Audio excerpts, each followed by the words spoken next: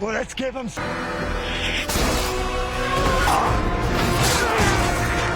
300 men against an army of thousands. This is not a battle for survival. This is a battle for honor. And today, a king will stand against an empire. What is your profession? The story begins in the brutal land of Sparta. This is not a normal city. In Sparta, boys are not raised, they are forged. From childhood, they are trained to become warriors. Weak children are abandoned. Only the strong survive. Among them rises a boy named Leonidas. He is trained through pain, discipline, and war.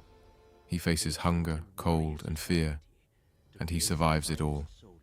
That boy becomes a king. Left to pit his wits and will against black steel, fur as dark.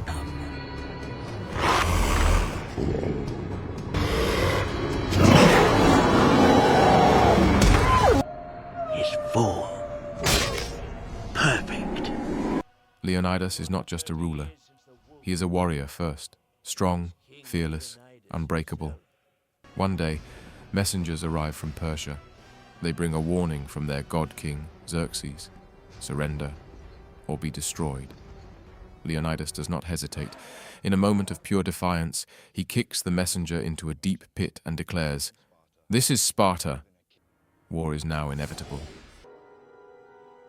This is Sparta!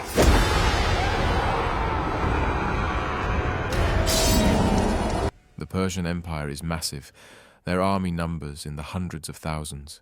Sparta is small in comparison. But Leonidas has a plan. Instead of waiting to be attacked, he chooses to meet the enemy. He selects 300 of Sparta's finest warriors. Each one is strong, skilled, and fearless. These are not just soldiers, they are legends. Behind us! Leonidas leads his men to a narrow mountain pass called Thermopylae. This place is their only advantage. The path is so narrow that the Persian army cannot attack with full force. Here, numbers mean nothing. Skill and discipline will decide everything. The Persians arrive like a wave, thousands of soldiers, marching toward 300 men. But the Spartans do not move. They stand shoulder to shoulder, shields locked together. When the enemy attacks, the Spartans strike, fast, precise, deadly. One by one, the Persians fall. The ground is covered in bodies. The 300 hold the line.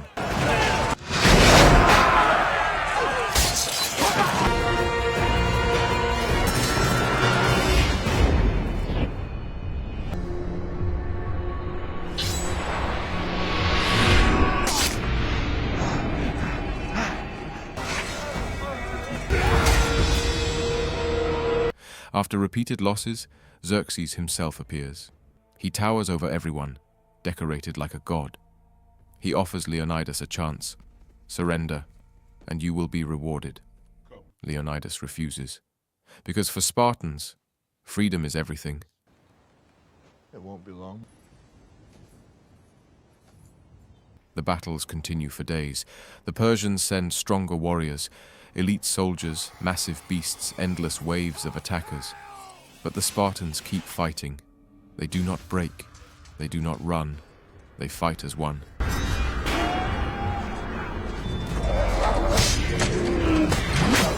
But then, everything changes. A man named Ephialtes appears.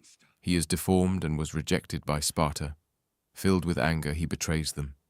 He reveals a secret path to the Persians, a hidden route behind the Spartan army. Now the Spartans are surrounded. Yes! I want it all! And one more thing. Leonidas realizes the truth. This battle cannot be won. But he does not retreat.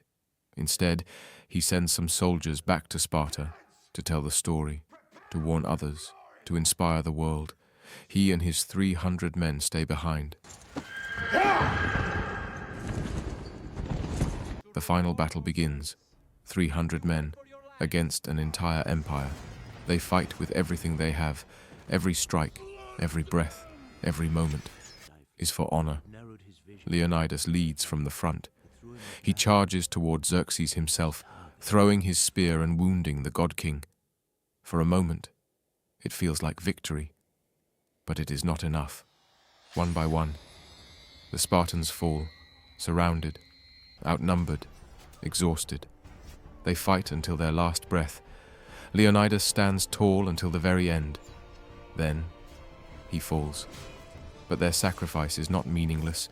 The story does not end with their death. Their courage spreads across Greece. Their sacrifice inspires others to rise, to fight, to resist. Because sometimes, you don't fight to win. You fight to show the world that freedom is worth dying for. If you enjoyed this recap, don't forget to like, subscribe for more movie recaps, and comment which movie you want next. Here on this rugged patch of earth called Plataea, Xerxes' hordes face obliteration! Yet they stand now, across the plain, at 10,000 Spartans, commanding 30,000 free Greeks.